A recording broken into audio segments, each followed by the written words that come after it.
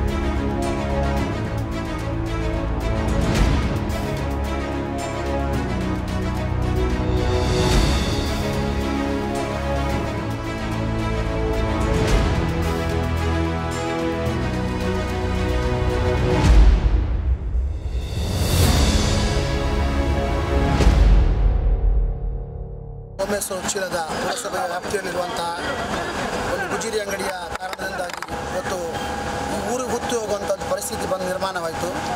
101ಗೆ phone ಮಾಡಿದ್ದೆ, 112ಗೆ phone ಮಾಡಿದ್ದೆ. ಭಾಳ ವಿಳಂಬವಾಗಿ ಫೈರ್ ಸರ್ವಿಸನ್ನು ಕಳಿಸಿಕೊಟ್ರು. ಭಾಳ ಒಂದು ದುಃಖಕರ ವಿಷಯ ಅಂತ ಹೇಳ್ಬೋದು.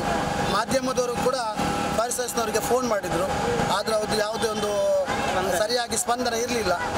ಈ ಒಂದು ಗುಜರಿ ಅಂಗಡಿಯಿಂದಾಗಿ ಇವತ್ತು ಭಾಳಷ್ಟು ಕಷ್ಟ ನಷ್ಟಗಳು ಸಾರ್ವಜನಿಕ ಅನುಭವಿಸಬೇಕಾಗಿದೆ. ಯಾಕಂತ ಹೇಳಿದ್ರೆ ಇಲ್ಲಿ ಒಂದು ಮಾಲಿನ್ಯ, ಇವತ್ತು ಈ ಹೊಗೆ ನೋಡಿದರೆ ಯಾವ ರೋಗ ಇಲ್ಲದವನಿಗೆ ರೋಗ ಬರ್ಬೋದು ಖಂಡಿತವಾಗಿಯೂ.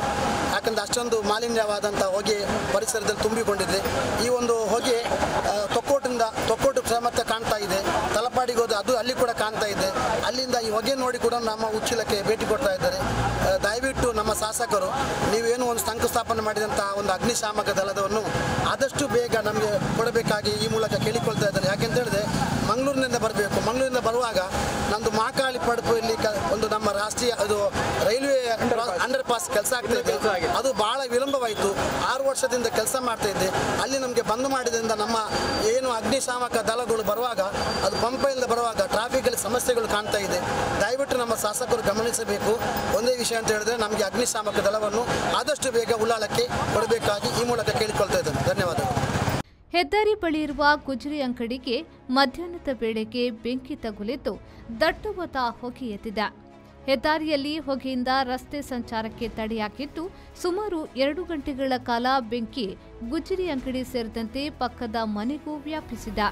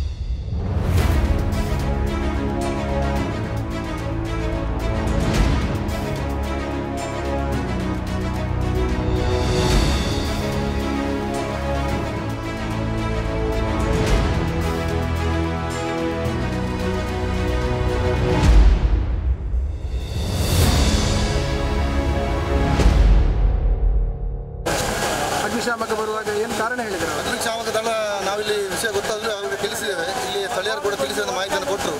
ಆದರೆ ಅವರು ಬರುವ ಸಂದರ್ಭದಲ್ಲಿ ಮೈನ್ ಸಿಟಿಯಲ್ಲಿ ಬ್ಲಾಕ್ ಇದ್ದ ಕಾರಣ ಅವರಿಗೆ ಬರಲಿಕ್ಕೆ ಆಗಲಿಲ್ಲ. ಆದರೆ ಅವರಿಗೆ ಎಷ್ಟು ಸಾಧ್ಯ ಅಷ್ಟು ಶೀಘ್ರವಾಗಿ ಬಂದು ಇಲ್ಲಿ ತಲುಪಿದ್ದಾರೆ. ನಿಮ್ಮ ಪುರಸಭೆಯಲ್ಲಿ ಈ ಒಂದು ಘಟಕಕ್ಕೆ ವಿರೋಧಗಳು ವ್ಯಕ್ತ ಆಗ್ತಾ ಇತ್ತಂತೆ. ಸಾಕಷ್ಟು ನಾವು ನೋಟಿಸ್ಗಳನ್ನು ನೀಡುವಂಥ ಕೆಲಸ, ಎಲ್ಲೆಲ್ಲಿ ಗುಜರಿಗಳು ಇದೆಯಾ, ಗುಜರಿ ವ್ಯವಹಾರ ಇದೆಯಾ, ಅಲ್ಲಿ ಎಲ್ಲ ಕಡೆ ಕೂಡ ನೋಟಿಸನ್ನು ಕೊಡುವಂಥ ವ್ಯವಸ್ಥೆಯನ್ನು ನಾವು ಮಾಡಿದ್ದೇವೆ. ಅದೇ ರೀತಿ ಸೂಕ್ತವಾಗಿ ಅವರು ಅದಕ್ಕೆ ಬೇಕಾದ ವ್ಯವಸ್ಥೆಯನ್ನು ಮಾಡುವ ರೀತಿಯಲ್ಲಿ ಕೂಡ ಅದನ್ನು ನಿರ್ದೇಶನ ಕೊಟ್ಟಿದ್ದೇವೆ. ಆದರೆ ನಾವು ಕೊಟ್ಟ ನಿರ್ದೇಶನವನ್ನು ನಮ್ಮ ಕೊಟ್ಟ ಮಾಹಿತಿಯನ್ನು ಅವರು ಯಾವುದೇ ರೀತಿಯಲ್ಲಿ ಪಾಲಿಸುವಂಥ ವ್ಯವಸ್ಥೆಯನ್ನು ಮಾಡಲಿಲ್ಲ. ಆದ್ದರಿಂದಾಗಿ ಇಂತಹ ದುರ್ಘಟನೆ ನಡೆದಿದೆ. ಇಲ್ಲಿ ಉಚ್ಚಿಲ ಅನ್ನುವಂಥದ್ದು ಈ ಪ್ರದೇಶ ನಿಜವಾಗಿ ಇಲ್ಲಿ 2-3 ಪೆಟ್ರೋಲ್ ಪಂಪ್ಗಳು ಇರುವಂಥ ಈ ಪ್ರದೇಶ, ಅಲ್ಲದೆ ಹೈವೇಯ ಬದಿಯಲ್ಲಿರುವಂಥ ಪ್ರದೇಶ, ಶಾಲೆಗಳಿರುವಂಥ ಪ್ರದೇಶ. ಇಲ್ಲಿ ಕಡೆ ಸೂಕ್ತ ಜಾಗ್ರತೆ ವಹಿಸಬೇಕಂತ ಮಾಹಿತಿಯನ್ನು ಕೊಟ್ಟಿದ್ರು ಕೂಡ ಅದರ ಮಾಹಿತಿಯನ್ನು ಕಡೆಗಣಿಸಿದ್ರಿಂದಾಗಿ ಇಂಥ ಅವಘಡ ಆಗಿದೆ ಅಂತ ಹೇಳ್ತದೆ. ಅಗ್ನಿಶಾಮಕ ದಳಕ್ಕೆ ಮಾಹಿತಿ ನೀಡಿದ್ರೂ ಸುಮಾರು ಅರ್ಧ ತಾಸಿನವರೆಗೂ ಹೊಗೆ ಮತ್ತು ಬೆಂಕಿಯನ್ನು ನಂದಿಸಲು ಸಾಧ್ಯವಾಗಿರಲಿಲ್ಲ. ಅಗ್ನಿಶಾಮಕ ದಳದ ಸಿಬ್ಬಂದಿಗಳು ಬೆಂಕಿ ನಂದಿಸುವ ಪ್ರಯತ್ನ ಮಾಡುತ್ತಿದ್ದು, ಸ್ಥಳಕ್ಕೆ ದಕ್ಷಿಣ ಸಂಚಾರಿ ಪೊಲೀಸರು, ಉಳ್ಳಾಲ ಪೊಲೀಸರು ಆಗಮಿಸಿದ್ದು ಅಗ್ನಿಶಾಮಕ ದಳದ ಸಿಬ್ಬಂದಿಗಳು ಬೆಂಕಿ ನಂದಿಸಲು ಪ್ರಯತ್ನಿಸಿದ್ದಾರೆ.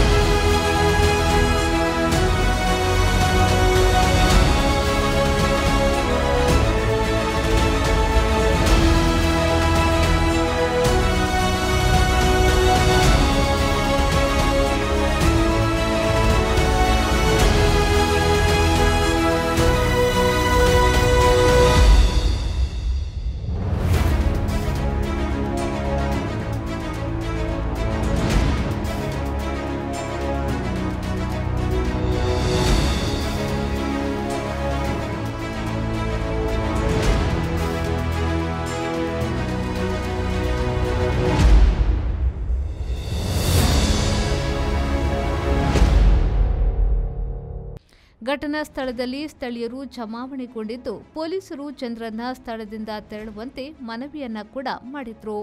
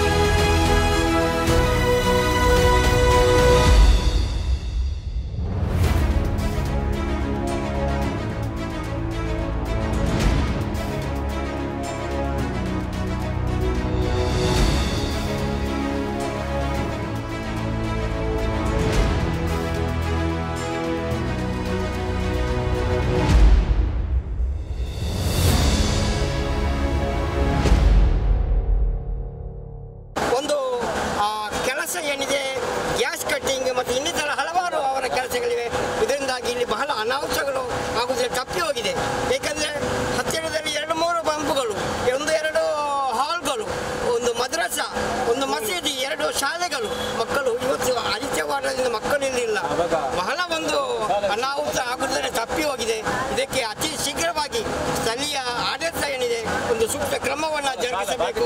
ಹತ್ತಿರದಲ್ಲಿ ನಮಗೊಂದು ಅಗ್ನಿಶಾಮಕ ದಳವನ್ನು ಇಲ್ಲಿ ಕೇಂದ್ರವನ್ನು ಸ್ಥಾಪಿಸಬೇಕೆಂದು ಸಾರ್ವಜನಿಕರ ಪರವಾಗಿ ನಾವು ವಿನಂತಿಸುತ್ತಾ ಇದ್ದೇವೆ. ವಿದ್ಯಾಧರ್ ಶೆಟ್ಟಿ, ವಿ4 ನ್ಯೂಸ್, ಉಳ್ಳಾಲ.